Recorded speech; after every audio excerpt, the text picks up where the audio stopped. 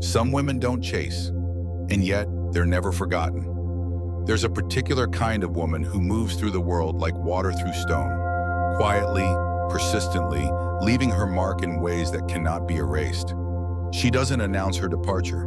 She doesn't slam doors or deliver ultimatums wrapped in tears. She simply withdraws. And in that withdrawal, something shifts in the masculine psyche so profoundly that years later, he'll still find himself reaching for phantom conversations in empty rooms. When a woman pulls away without warning, she activates something ancient in the masculine unconscious, what Jung called the anima, that feminine aspect of his psyche that he has never fully understood. This isn't about games or manipulation. This is about the sudden absence of emotional availability, creating a vacuum that his ego cannot fill with logic or control. Picture this. She was there yesterday, responding to his texts with warmth, laughing at his stories, present in the way that made him feel seen. Today, there's a quality of distance in her voice, a coolness in her responses that feels like winter arriving without warning. She hasn't blocked him. She hasn't created drama. She has simply stepped back. And in that step back, his entire internal landscape begins to shift. The masculine mind, conditioned to solve problems through action and pursuit, encounters something it cannot grasp, the feminine mystery of withdrawal. His ego, that part of him that believes love can be earned through effort and persistence, suddenly faces its own inadequacy. She is not a problem to be solved. She is not a prize to be won. She is a force of nature that has simply moved on. In the immediate aftermath of her withdrawal, his first instinct is dismissal. She's playing games, his ego whispers, protecting itself from the vulnerability of actually examining what happened. This is projection at its finest, attributing to her the very manipulation tactics that his own unconscious might employ. But projection is always a mirror, reflecting back the parts of himself he cannot face. Beneath the dismissal lies something more primal, the fear that he was not enough to keep her attention. Not interesting enough, not worthy enough, not man enough. This fear lives in his shadow, that repository of everything he has rejected about himself since childhood. Her absence becomes a screen onto which he projects every insecurity he has spent years avoiding. As days pass without her usual warmth, something deeper begins to emerge. The masculine psyche, stripped of its familiar patterns of pursuit and conquest, starts to confront an uncomfortable truth. He had become dependent on her emotional labor without ever acknowledging it. Her attention was not just pleasant, it was necessary for his sense of self-worth. This is where the trauma psychology reveals itself. Many men carry within them an unhealed relationship with the feminine, often rooted in early attachment wounds with their mothers. They seek in romantic connections what they never received in childhood. Unconditional positive regard, emotional attunement, the feeling of being chosen simply for existing. When a woman withdraws this energy, it activates that primal abandonment wound. But here's where the story becomes interesting. Her withdrawal is not cruelty, it is inadvertent individuation work. By removing herself as a source of his emotional regulation, she forces him to confront the emptiness within himself that he has been using her presence to fill. She becomes, without intending to, a mirror that shows him his own unintegrated shadow. The Stoics understood something profound about desire.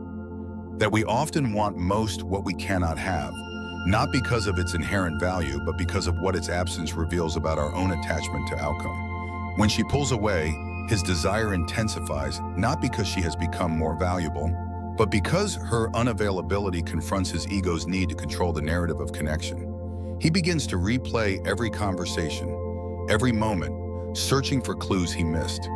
This is his psyche attempting to regain control through analysis. If he can understand why she withdrew, perhaps he can manipulate the situation back to his preferred outcome. But this very need to understand and control reveals the fundamental immaturity of his approach to love. In the space of her absence, he begins to encounter something he may have never faced before: solitude with himself. Without her attention as a drug, without her responses as validation, he must sit with whatever arises in the silence. For some men, this is where real growth begins. For others, it's where they seek the next source of feminine energy to fill the void. The woman who pulls away without explanation forces him into a kind of dark night of the soul. His anima, that feminine aspect of his own psyche, begins to speak in the language she once provided: intuition, emotional depth, connection to the mysterious. He may find himself feeling things he has never allowed himself to feel, thinking thoughts that don't fit into his usual masculine framework of logic and action. This is individuation in its rawest form, the integration of opposite forces within himself. Her absence becomes the container for his own transformation, though he may never realize that her greatest gift to him was not her presence but her willingness to leave. But not all men rise to meet this invitation. Some remain trapped in the ego's need to win, to prove, to pursue. They mistake intensity for depth, persistence for love.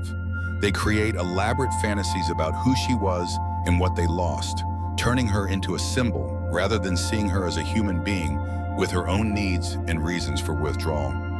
These men become prisoners of their own projection, forever chasing a ghost that exists only in their imagination. They carry her image forward into new relationships, comparing every woman to the one who got away, never understanding that what they're really mourning is not her, but the part of themselves they never developed. The woman who can pull away without warning possesses something that cannot be taught or faked: sovereignty over her own emotional state.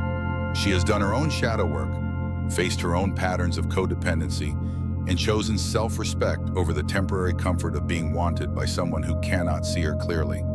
She understands something profound about masculine psychology, that men often love most deeply what they cannot possess, not because they are shallow, but because unavailability forces them to confront their own depth.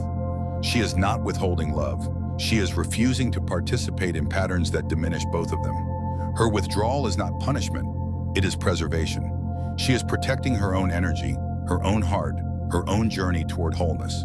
In doing so, she inadvertently offers him the greatest gift possible: the opportunity to meet himself in the space she once filled.